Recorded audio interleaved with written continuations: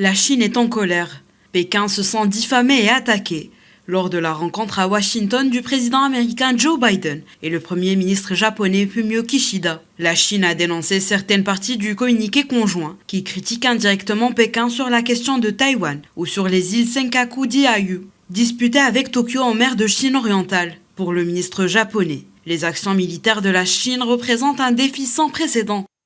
Turning to Japan's own neighborhood, China's current external stance. En ce qui concerne le voisinage du Japon, la position extérieure et les actions militaires actuelles de la Chine représentent un défi stratégique sans précédent, non seulement pour la paix et la sécurité du Japon, mais aussi pour la paix et la stabilité de la communauté internationale dans son ensemble, alors que la Chine continue de poser un tel défi. Notre engagement à défendre un ordre international libre et ouvert fondé sur l'état de droit, ainsi que la paix, continuera d'être un programme déterminant pour l'avenir.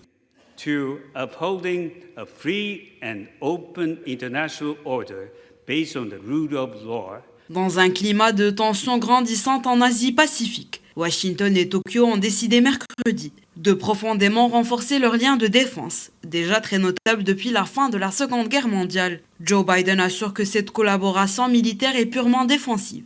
Il est toutefois en train de tisser un réseau d'alliances en Asie, afin de contrer la montée en puissance militaire de la Chine et ses prétentions maritimes vis-à-vis de Taïwan.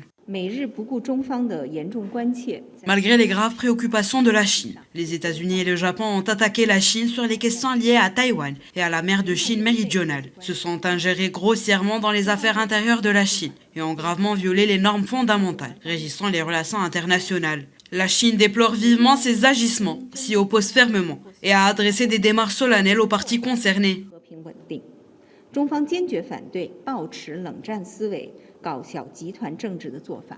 Outre les différents militaires, Pékin exprime également sa colère envers Washington, qui touche à sa puissance économique.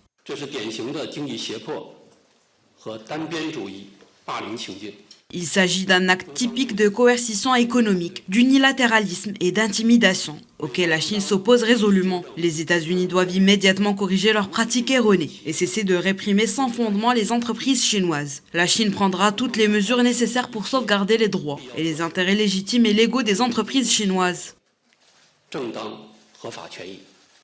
Sans nommer la Chine, les deux dirigeants ont par ailleurs dénoncé les actions déstabilisatrices en mer de Chine méridionale, semblant rejeter sur le géant asiatique la faute de plusieurs incidents récents entre Pékin et Manille, autour de récifs disputés.